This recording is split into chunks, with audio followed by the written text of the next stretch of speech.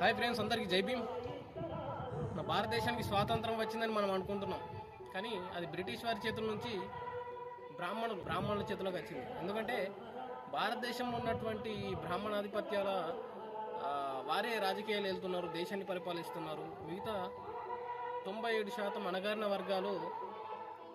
వర్గాలుగా విడదీసి దేశంలోని ఎవరికి వారి అగ్రవర్ణాలు ఉన్నటువంటి రాజకీయాల్లో ఉండడం, మిగతా అణగారిన వర్గాలు ఓటు వేయడానికి వారిని గెలిపించడానికి వారు జీవితాంతం స్వాతంత్రం రానట్టే లెక్క ఉంది. ఎందుకంటే స్వాతంత్రం అంటే, నిజమైన స్వాతంత్రం అంటే ఏంటి?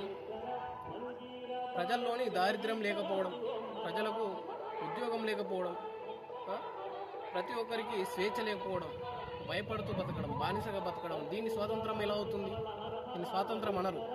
స్వాతంత్రం అంటే మనిషి స్వేచ్ఛగా తనకు నచ్చినట్టు జీవించడం, ప్రతి ఇంటికో ఒక ఉద్యోగం చేస్తూ, దరిద్రం లేకుండా, ప్రతి వారికి ఇల్లు కలిగి ఉంటూ, ప్రతి ఒక్కరికి భూమి కలిగి ఉంటూ సమానంగా, ఇది ఉంటే స్వాతంత్రం అంటారు.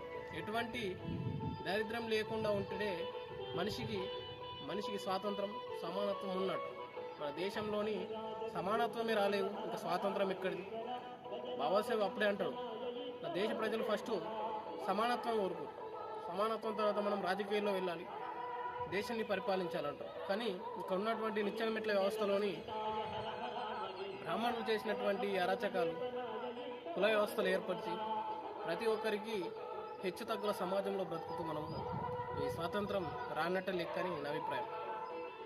బాబాసాహెబు అన్ని పరిశీలించి ప్రతిదీ చెప్తాడు, కానీ దాన్ని మనం వివరంగా తెలుసుకోవాలి. ఎందుకంటే అనిహిలేషన్ ఆఫ్ క్యాస్ట్ అని, ఉత్తగనేదని కులం గురించి ఎందుకు అలా రాశాడు? భారతదేశంలో కులాలు అనేటివి ఒక విషవృక్షం లాంటివి. పాకుతూ ఇంకా రోజు రోజుకు వివక్షలు, దాడులు జరుగుతూనే ఉన్నాయి. దళితులపైన, అణగారిన వర్గాలపైన. ఇక్కడ ఉన్నటువంటి హిందూ సమాజంలో కులాలు, వివక్షలు రోజు జరుగుతూనే ఉన్నాయి. ఇక్కడ సమాజంలోని స్వాతంత్రం, దేశానికి స్వాతంత్రం వచ్చిందా? ఎవరికి స్వాతంత్రం వచ్చినట్టు? ఇక్కడ దేశంలోని కొన్ని వర్గాల వారికి స్వాతంత్రం వచ్చిందని నేను అంటాను. ఎందుకంటే స్వాతంత్రం వస్తే ఇక్కడ భారతదేశం ఇంత నిరుపేదగా ఉండదు, నిరుద్యోగం ఉండదు, ఎవరు ఇల్లు లేక ఇక్కడ ఇంకా దేశంలో చూస్తూనే ఉంటాం, రోడ్ల పొంటి, ఫుట్పాత్ల పొంటి అడుక్కుంటూ అక్కడనే నివసించేవారు ఉన్నారు, చిన్న గుడారాలు వేసుకుంటూ. అది స్వాతంత్రం ఎలా అవుతుంది భారతదేశానికి? భారతదేశానికి స్వాతంత్రం, నిజమైన స్వాతంత్రం అంటే ప్రతి మనిషి దారిద్ర్యం లేకుండా, ప్రతి వారికి సొంత ఇల్లు ఉంటూ, ప్రతి వారికి భూమి కలిగితే ఉంటాయి. ఇప్పుడున్న సమాజంలో అయితే భూములు కొందరికే సొంతం ఉంది. 100%లోని 90% కొన్ని వర్గాల వారికే ఉంటే, 3% ఉన్న వర్గాల వారికి 90% భూములు ఉంటే, మిగతా 10% అణగారిన వర్గాలకు, దళితులకు సొంతమయ్యాయి తప్ప, అవి కూడా ఏదో ఉన్నవారికే ఉన్నాయి. కానీ ఇక్కడ అసలు భూములు కలిగి ఉన్న, సొంత భూమి కలిగి ఉన్న వారే తక్కువ.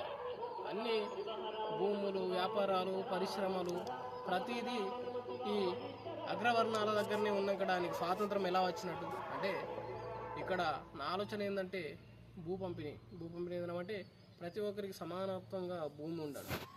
ఒకరి దగ్గరనే భూమి ఉండి వారి సంతానం, వారి భవిష్యత్తు వారే ఎదుగుతూ ఉంటే, ఇక్కడ భూమి లేని వారు చాలామంది ఉన్నారు, అణగారిన వర్గాలు.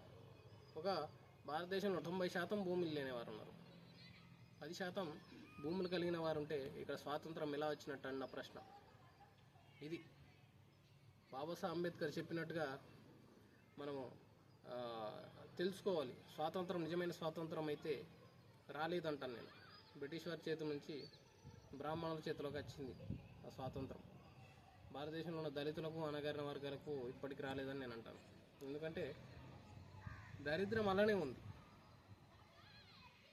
ఈరోజు బాబాసాహెబ్ అంబేద్కర్ గారు డాక్టర్ ఆఫ్ లిటరేచర్ అవార్డు పొందాడు. ఇక్కడ మన హైదరాబాద్ ఉస్మానియా యూనివర్సిటీ నుండి 1953 జనవరి 12 నేడు ఇదే రోజున బాబాసాహెబ్ అంబేద్కర్ గారు డాక్టర్ ఆఫ్ లిటరేచర్ అవార్డు పొందాడు ఉస్మానియా యూనివర్సిటీ నుంచి. ఆయన గౌరవప్రదంగా దేశంలోని, విదేశాలలోని ఉన్నత చదువులు, విజ్ఞానం నేర్చుకుని మన దేశానికి భారత రాజ్యాంగాన్ని అందించాడు, ఎన్నో హక్కులు కల్పించాడు. కావున బాబాసాహెబ్ను మనం ఎప్పుడు ఆయన అడుగుజాడలు నడుస్తూ ఆచరణలోని తన చెప్పిన ఆలోచనలో నడవాలనేది